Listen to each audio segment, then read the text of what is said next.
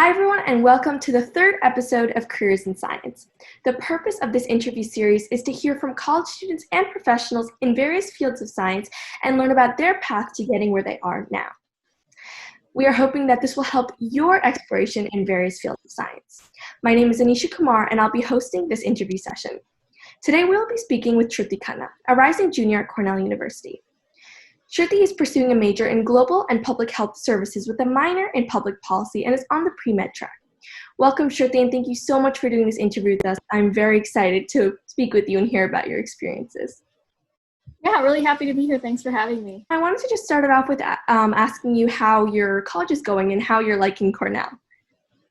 Yeah, so like Anisha said, I just finished my second year at Cornell, studying global and public health sciences, and I'm pre-med. I absolutely love it at Cornell. I didn't expect to end up going there, but I absolutely love it. It's the best decision I ever made. They have a really great public health program, an amazing pre-health program, and advising for pre-health students. And I'm really having a great time there.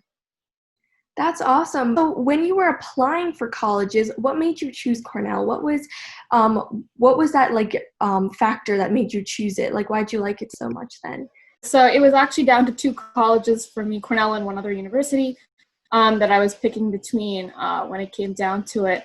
And I think what really made the decision for me was the strength of their pre-health program and the pre-health advising. Being a medical pre-med student, that's super important, knowing that you have the right resources, knowing that they're going to help you figure out your internships and give you advice, the proper advice to navigate the whole application process of applying to medical schools, making your course decisions, all of that stuff, making sure that you have good connections to professors who will write your recommendation letters and you can have a good relationship with, and making sure they're going to teach the material in a way that you can study for the MCAT, so things like that.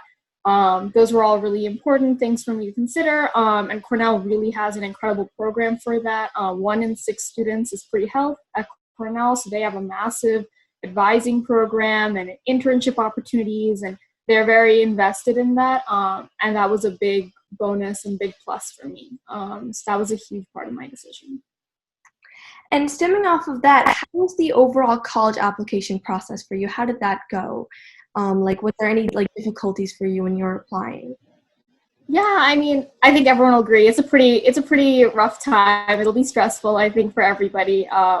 But if you just manage your time well, start early, start writing your essays early, and work through them little by little, it's definitely doable. Definitely work with your counselors and your school. They're a huge help. Work with your teachers to get through all of it. They're really helpful. And they'll probably read your essays. They'll give you feedback. So that's a really big plus that I highly recommend taking advantage of. But yeah, it's going to be a little stressful, obviously, because it's a lot, and obviously big deal. I mean, I think it is a big deal, but don't let it overwhelm you. It's still supposed to be one step in your life that you're taking, and you will always be happy regardless, whichever college you end up at. I have no doubt, no matter which college I had ended up at, I would have been very happy. And all my friends are very happy where they're going, and I'm happy where I'm going. So don't stress too much is my advice. Just submit the applications, and I promise you'll be okay. So how did you prepare yourself for the transition to college? Yeah, so college is a big deal. It's a big change from your normal life. It's definitely different from high school. You're not going to school 6.5 hours a day. I honestly don't know how we did that. That just seems insane now. But a big part of it is time management. You have to learn to manage your time, because you'll have a couple of classes a day that'll take up 3 hours of your day, usually 4 max, but the rest of the time, it'll seem like you have a lot of time on your hands, but you really gotta budget your time, make sure you're studying, keeping up with the material. You do not want to crash study for midterms or finals. It's very bad. Don't do that to yourself. So time management's a huge thing. That was a big one for me. Just knowing when am I going to do my laundry? Where am I going to get my next meal? Am I going to go to a dining hall? Am I going to cook? When am I going to hang out with my friends? Going to meetings for clubs and organizations and doing all these things. And then also making meetings with your advisors, meeting with professors. So these are all things you kind of have to balance on your plate. And it sounds like a lot, but you get used to it. It's all part of growing up. and you start to learn how to make your own decisions, be independent. So it's actually a really nice transition in the end. But the main thing is budget your time, manage it well, make sure you're sleeping. Please don't not sleep. It's possible to get enough sleep. I get 6 hours at least every night, and you will get it. So I think that's a big part of the transition. The other thing is as soon as you get to college, you're going to meet a ton of new people who are in the same boat as you, who don't know like anybody there. So just be friendly, get out there, make a lot of friends, get everybody's phone numbers, follow everybody on Instagram, on Facebook, everything. That was a huge part of it. Like even if I never saw them again in like my classes and stuff, when I see them in like on the road and stuff in college, like I still wave to them even if I don't get to hang out with them that much. So it really brings the whole community together, even if you're at a really big university. So I highly recommend just putting yourself out there, be friends with everyone. Everyone's looking to be friends, so don't be shy about that. Okay, and what was like the biggest like obstacle that you faced when you got into college? Like something that you were just not expecting? Like I think it was, like I was saying before, the time management thing. I was pretty bad. That first semester was not a good time. I didn't manage my like studying every day, because some of the classes, like the big intro ones, especially if you're pre-med, like your intro chemistry and your intro biology, they don't give you like short-term assignments. It's just kind of, we're going to study chapters 1 through 4 in the textbook, and then here's an exam. So you kind of have to keep up with the readings, do the practice problems, and then the exam will just come up. That first couple of exams, I just kind of pushed the reading off. You know, a lot of students were in the same boat. We were all just not really sure how to study and manage our time with that. So it took a couple of months for us to realize, like, you kind of have to be disciplined, take a little time every day, and just study whatever was taught in the lecture that day, keep up with your questions, go to office hours, utilize the knowledge of your TAs and your professors to answer your questions right on time, so that when the exams do come around, you know, you already have your questions answered and you're just kind of reviewing all the material. So that took me a while to figure out. I'm glad I figured it out, and everyone kind of has their own study pattern. So being able to figure that out is a big part of college. And once you get it, like it'll just click for you, and you'll be able to figure it out from there. And I have a question for you about pre-med, like specifically. So do you need to go into pre-med in order to get into medical school, or what are the paths to getting into medical school? Sure. So usually on your application, they don't ask like, are you going to be pre-med? I believe it's been 2 years, so people might have to check me on this, but on the Common App, usually they ask like, what general career are you looking at? And what is the highest degree that you are thinking of getting? So there you might put MD or PhD, I believe. And that's where you would be like saying, oh, I'm thinking about getting my medical degree. But they don't hold you to that. Nobody holds you to that. Usually in your essays, they might ask like, oh, what are you interested in majoring in? And are you like, you know, what do you want to, why would you want to do that? And how does it apply to your career? So if you are pre-med, you'd probably say like, I'm choosing this major because I want to be a doctor, and so on and so forth. But generally you never click, there's no like drop down where they're like, oh, are you pre-med? Yes or no? And you just pick. So no one is going to hold you to that at any point during the application process. And I know a lot of people who came into college saying, I'm pre-med, and then after a semester, they're like, nope, not anymore, I'm not pre-med. And then I know people who came in saying, I'm not pre-med, and switched to pre-med. So you're always allowed to switch, especially in that first year and second year. You just kind of want to make your decision sooner or later and just be proactive in making sure you're meeting all the requirements if you're still debating. Like I had a friend who was choosing, she wasn't sure yet, oh, should I be pre-med, should I not? But she still took all her pre-med requirements just in case. And now she has decided that she is pre-med, so she's met all her requirements and she's well on her way to applying to medical schools. Just make sure you're being proactive about getting your pre-med classes done, even if you're not sure if you're pre-med or not, just so that if you do decide you're pre-med, you're just kind of on your way and you're set to go. Okay, so when you say pre-med, is that like a specific like path, or is it just like a requirement, or like, because when you say pre-med, sometimes it sounds very like cut and like dry. It's like a specific like Sure. thing, but like, can you please explain that a little more? Absolutely. So there's no like major where you say like I am pre-med. Like that, there's nothing like that. In most universities, it's not like that. I'm not familiar with every university's pathways for that. But at least from Cornell, we just you can pick whatever major you want. But when you want to go into medical school, there are certain courses you need to be taking in order to apply to medical school. So if you're pre-med, you would be taking two semesters of general chemistry, 2 semesters introductory biology, 2 semesters of organic chemistry, 1 semester biochemistry, 2 semesters physics. It's optional to take psychology or sociology, but it's recommended because that material's on the MCAT. And then it's also recommended that you take some advanced biology courses like neurobiology or human anatomy. I think microbiology is another one. It kind of depends what your college offers, but they like to see that as well. So the point of taking these is so that you're not only prepared for your intro medical school courses, but also so that you're prepared for the MCAT, because all the material in these courses is going to be on the MCAT. And so by taking these courses, you're kind of just studying for the MCAT throughout your college experience.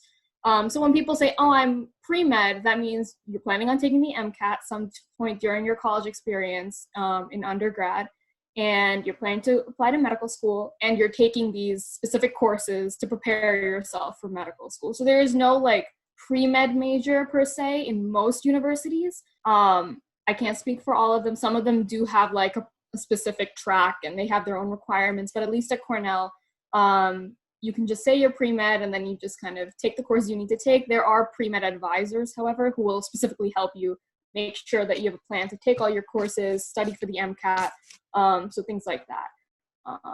So yeah, there's no specific pre-med track. You just kind of need to be proactive about taking everything you need to get into medical school. Okay, that clears a lot of stuff. That's like a very confusing thing. I never really understood that. What are you excited about? Like, what do you see like the medical field like being in the future? What are you excited about, like the developments in the field for the future? So, I think the medical field is really changing nowadays, especially like with the pandemic and everything. I think it's showing all the things that need to be changed in our healthcare system, because healthcare has kind of become a business. It's kind of become, it's difficult sometimes to give the kind of healthcare that every patient needs all the time because of all the logistics and the money and the financial restraints and all of that. So I think the health system is in for a lot of changes after this pandemic, especially given how much they've been burdened now with the overflow of patients. It's kind of showing all the cracks in the system, and things need to change for the better in terms of that in the healthcare system. In terms of the medical schools, I think they're starting to put a little more emphasis on the psychosocial aspects of medicine and the social barriers to health. So I'm talking about like the public health aspect. So more like how, homelessness or food insecurity or, insurance or your immigration status, how all of that affects health. I think it's becoming more of part of the conversation, which is really good because a lot of people, health isn't just about like, oh, I have these medical issues. It's also about, I don't have a home, so I can't take care of myself and therefore I'm unhealthy. So that's a huge part of health. And I think medical schools and the health system are starting to realize that, and healthcare is changing for the better because of it. So I do think that healthcare and medical schools are going to start putting more of a focus on those kind of things. And I'm excited for that, being a public health major, that we're putting more emphasis on that, because I think that'll definitely help healthcare improve in the future. So stemming off of that, what career are you planning to pursue? Like, I know you have a major in global and public health services, but what major specifically are you planning to pursue? I'm pre-med, like I said, but actually I'm beyond clinical care. I'm interested in healthcare policy. And so I'm interested in contributing to implementing policy that will help people overcome social barriers to health, and will help them get the healthcare they deserve. So this includes like health insurance policies and kind of public health policies that kind of end up putting barriers to people who need healthcare. And kind of what my interest is in is eliminating healthcare disparities through policy. So I'm hoping to work in government fields, more the public sector, using a background in medicine to inform those policies. Okay, all right, that's great. So now I kind of want to transition a little bit. And so if I were to ask you in middle school what career that you wanted to pursue, what would you have said? Honestly, I had no idea. I was so confused at that time as to what I wanted to do. You know, a lot of things influenced my decisions. I was kind of being pulled in two different directions. Like, I loved my science classes, and I was pretty sure I wanted to be a doctor. But I also loved my social studies classes. I loved learning about the government, and I loved, you know, keeping up with politics, and all that really interested me. So I kept going back and forth, like, oh, what do I want to do? So at that time, I thought that it was like black and white, like either I'm a doctor or I'm going to be a lawyer, and that's it. Like, there was no other options for me. So I think middle school, I wasn't really aware of all the career options that were out there. And I thought there were only these two paths because these were the interests I had, and that's kind of it. But I think as you grow, the world starts to expand, you start to learn a lot more about yourself and the world out there. And I started to see that, you know, it's not just one or the other, and it's, you know, you don't have to pick all the time. Like, there are so many amazing careers out there in so many different fields that, like, you know, intersect between fields, and different topics are being explored. So, you know, don't hold yourself to like all these, to like a very specific job that everyone thinks is the way to go. Like, there are so many careers out there. And I'm glad that I was able to figure out how to combine my interests after middle school. So then what made you choose pre-med? Like, when did you realize that there was like so many different options? Like, what made you go get there? Yeah. So, you know, I didn't want to commit to pre-med for the longest time, just because it's a big commitment to make. You know, I was like, I don't know, it seems like a long time, like, to put all that effort in. Like, I don't know if that's what I want.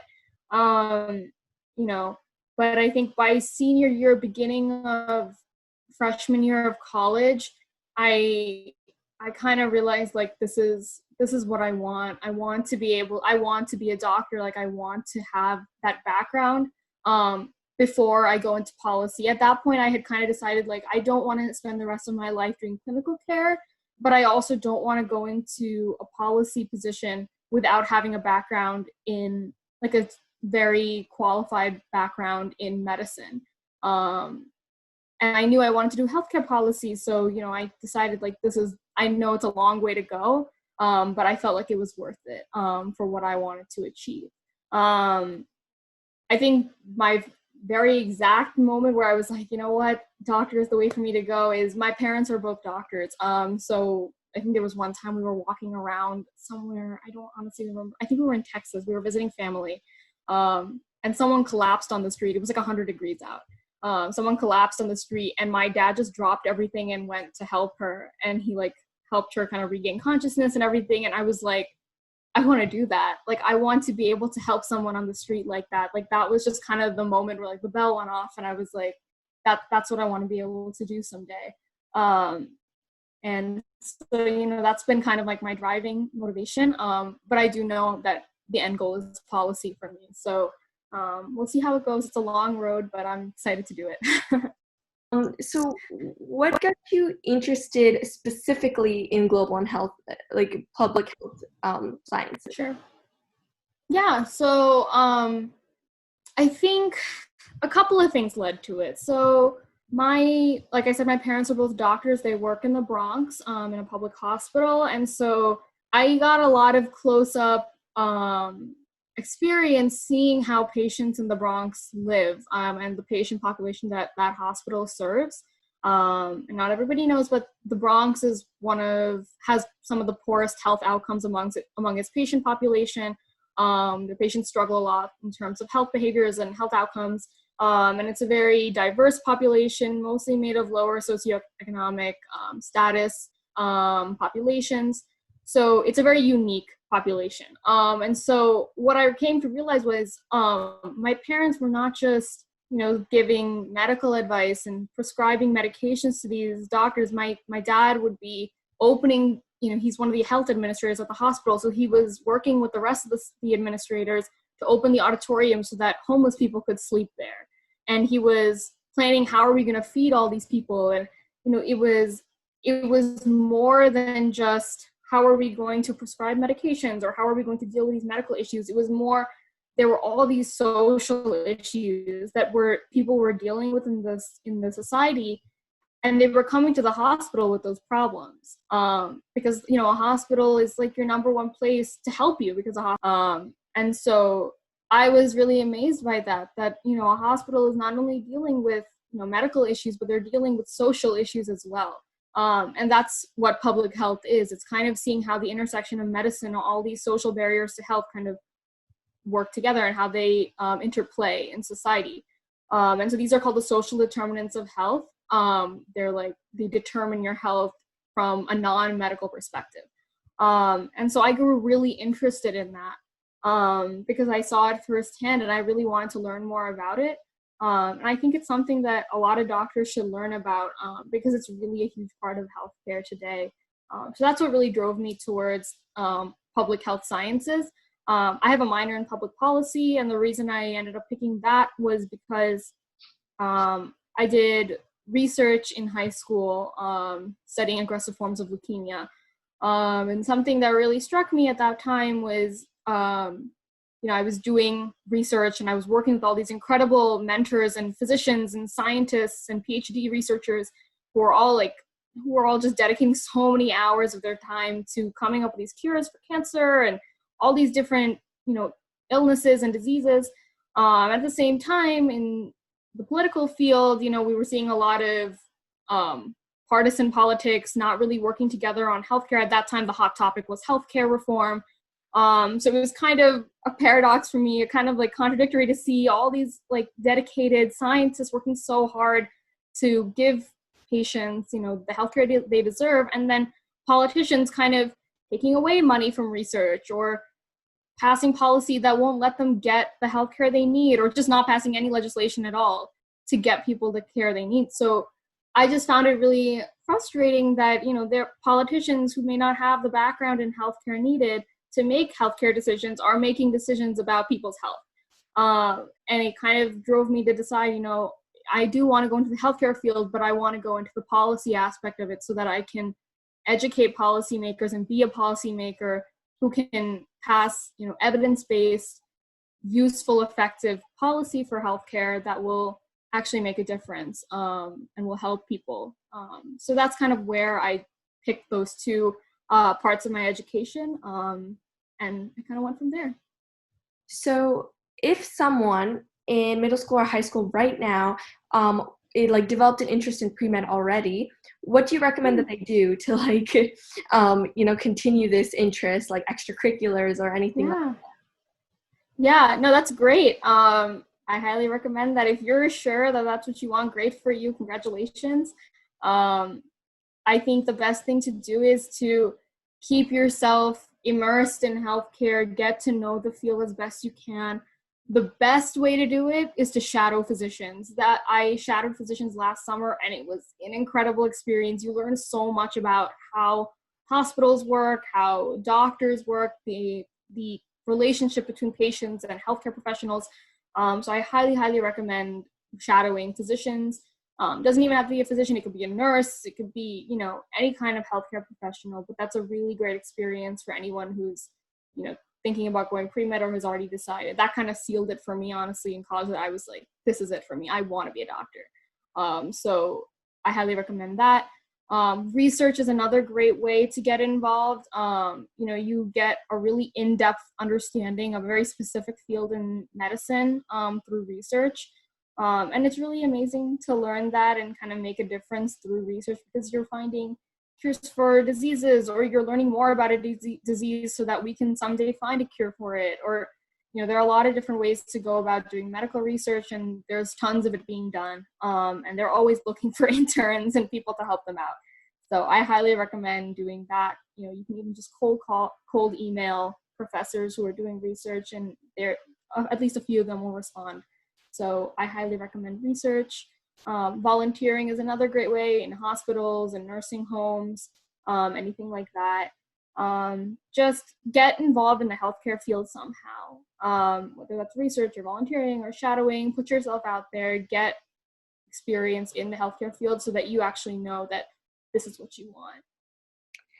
And so if someone wanted to shadow a physician, how would they be able to do that? Like, what are the steps they need to take to be able to shadow a physician? Once you're in college, there are usually programs that they have to help you, meet professors, healthcare professionals who will take you in as for shadowing. But in high school, usually the best thing to do is just email physicians and just straight up ask them. That's the best way to do it. If you know any physicians, if you're just family friends, or your friend has a parent who is a physician, those are great ways to just kind of get in, use your resources, network a little bit. And those are great ways to find people to shadow. It's kind of an informal process that you need to go through. There may not be like a formal way to apply here and get a shadowing position. But if you just network a little bit, put your hands out there and just see who might be willing to take you, family, friends, anybody like that, I'm sure you'll find something. Okay, yeah, thank you. So how do you manage your stress with regards to schoolwork and tests? Yeah, it gets pretty stressful in college, not gonna lie. But that's what you're there for. You're there to study, you're there to learn and grow. The best way to manage it is find extracurricular activities that will balance you. For me, I'm kind of a fidgety person. I like to move a lot. I'm a dancer. So I joined the dance team at Cornell, one of the dance teams there. So I'm on a Bollywood team there. And they are like my complete de-stressor relief. Like 3 times a week, I just go there and dance my heart out and all the stress just kind of flies away. So definitely find something that, it doesn't have anything to do with your career. It's just something that you love and you do for yourself. And just do that so that you have some kind of outlet to keep yourself, balanced and not too stressed out. Just have some activity, even if it doesn't have to be with other people. If it's just sleeping, like just go sleep, take a nap. Just have some time for yourself a couple of times a week where you just let go, don't do work, don't do things that are pre-medi or for your school work. It's just you and just taking care of yourself. So that's a really important part of college. Okay, yeah, for sure. So given where you are, what advice would you give to a younger you? Younger me. I think I'd probably say don't give up on your interests. Don't think that there is like a black or white way to go about life and just you have to do it this way and there's a way to do everything. There is always a million infinite ways that you can do things. I came to college thinking I'm not taking a gap year, like there's 500% chance, no way, I'm not taking a gap year. And now like I'm taking a gap year 2 years later, like I've already decided I'm taking a gap year. So things changed, everything, things will always change. You're going to have so many different life experiences. You don't know what's going to come at you. And it's just better to just roll with whatever comes with you and make decisions based on what feels right. With obviously a long-term plan as to what you want to do ultimately. But there's no set way to get anywhere. Do what feels right and you'll get to where you need to be. So definitely that would be the advice I'd give my younger self. And what final advice do you have for kids that are not so sure about what they want to do in the future? What final advice do you have for them? My final advice would be just reflect on your own life experiences. You wouldn't realize how much your own life experiences have influenced your personal beliefs and your biases towards, your world perspective. But they really do. Like, I wouldn't have thought that my parents working, in the Bronx and working as healthcare professionals in the Bronx would have influenced me so much, but it did.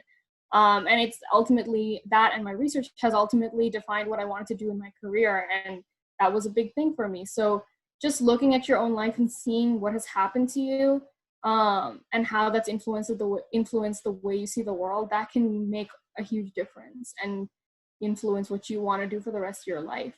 The other thing is, I guess, even if you've decided what you want to do, don't like hold yourself down immediately. You know, like if you're in high school, like, and you're like, I want to do this, like, I know it, but then you have a experience like in the future and you're like, oh wait, this has really changed what I want to do. You don't have to hold on to that, you know, what you originally thought. It's okay to change your ideas. It's okay to, you know, go off track and try something new. So welcome new experiences, welcome new ideas, and try to blend them in with what you're thinking. You know, I guess what I'm trying to say is just reflect on your world experience, your world perspective, and see how that can influence what you want to do in the future. And I guarantee you'll make the right decision. So just keep reflecting on that. Yeah, well, thank you so much, Shruti, for sharing all your experiences and your tips. I'm pretty sure that whoever's watching will definitely benefit from it and learn something. So yeah, thank you so much again, and good luck with everything. Thank you. Same to you and to everyone watching. Thank you everyone for watching this episode. If you have any comments or questions, feel free to comment them below and I'll make sure to get back to you. Don't forget to subscribe to our channel and I'll see you in the next episode.